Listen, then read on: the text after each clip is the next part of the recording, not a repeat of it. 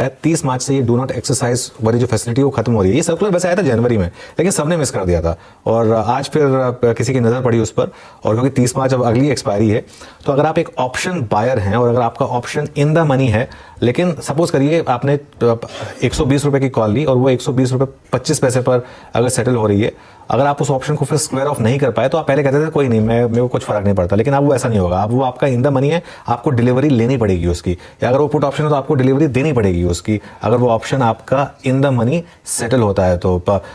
शुभम, आप ऑप्शंस पर काफी काम करते हैं, ये क्या एक रिस्क क्रिएट करेगा? अगले हफ्ते एक्सपायरी है, अगले हफ्ते, और ट्रेडर्स क्या करें यहाँ पर फिर?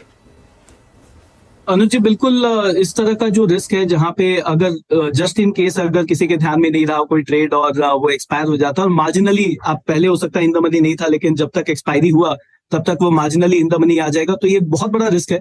तो मुझे लगता है कि ये ट्रैक करना भी काफी डिफिकल्ट है कि लास्ट मोमेंट पे बाजार में क्या होगा। तो जनरली बाजार जो करता है, आपको थोड़ा सा ट्रेडिंग एक्टिविटी एंड में गिरता हुआ दिखेगा, और ट्रेडर्स के लिए भी यही सलाह है कि 3:30 बजे तक की वेट ना करें। हो सकता है 3 बजे के आसपास या 2:30 बजे के आसपास ही एक्सपायरी वाले दिन अपने ट्रेड को स्क्वायर ऑफ कर लें, ताकि आपके कंट्रोल में रहे ट्रेड। तो अब जो एक्सपायर होने देते थे हम पहले सारे कॉन्ट्रैक्ट्स को, उस पर अब हमको ज्यादा ध्यान रखते हुए एक्सपायरी के पहले ही ट्रेड को स्क्वायर ऑफ करना मुझे लगता है ज्यादा बेटर होगा, एटलीस्ट रिटेल ट्रेडर्स के। बिल्कुल, बहुत सही बात कही शुभम ने। बिल्कुल वेट ना करें 3:30 तक। मैं तो ये कहूंगा कि आप थर्सडे की भी वेट ना करें। देखिए, वेडनेसडे को ही कोशिश करें स्क्वायर ऑफ करने की, और कई ट्रेडर्स क्या करते थे 3 बजे अपना सिस्टम बंद करके कहते थे चलिए हो गया एक्सपायरी वाले दिन। अब आप अगर आपके पास पोजीशन है तो उसको ट्रैक करिए, और इसमें प्रॉब्लम ये होगी कि सामने कोई लिक्विडिटी खत्म हो जाती है। इसमें आपने अगर एक ऑप्शन लिया हुआ है, अगर आप उसको बेचना चाह रहे हैं, लेकिन अगर कोई सामने बायर नहीं है तो आप करेंगे क्या? फिर वो झक मार के आपको फिजिकल सेटलमेंट करना पड़ेगा, और इसके लिए ये बहुत ज़रूरी है। ध्यान रखें इस चीज़ को, और हम इस चीज़ को रिविजिट करेंगे अगले हफ्ते भी, क्योंकि अगले हफ्ते एक्सपायरी है।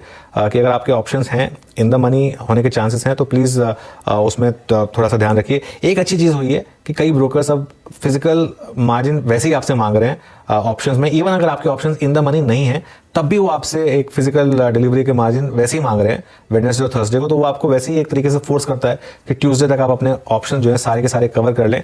आवाज़ पर हम लगातार अपने ट्रेडर्स को एक चीज़ बोलते आए हैं कि ट्यूसडे के बाद आप अगर कोई भी ऑप्शन ले रहे हैं उसको गैम्बलिंग की तरह मत अप्रोच करिए। वो टाइम चला गया। अब आप अगले महीने के ऑप्शन लीजिए। उस महीने के ऑप्शन में लेने का जो एक होता है ना कि एक टेम्पटेशन होती है कि मैं 2 रुपए का ऑप्शन लेके 8 रुपए में बेच दूंगा, उसमें 2 रुपए के चक्कर में आपका बहुत बड़ा नुकसान हो सकता है। क्योंकि ये आपको हिंडाल्को वाला मामला याद होगा, काफ़ी वो फेमस हुआ था। सिर्फ 15 पैसे इन द मनी वो ऑप्शन बंद हुआ था। अगले दिन जो ऑप्शन बायर था, पुट ऑप्शन बायर, उसको करीब 16 या 17 रुपए ज़्यादा देके वो डिलीवरी देनी पड़ी थी उस स्टॉक की।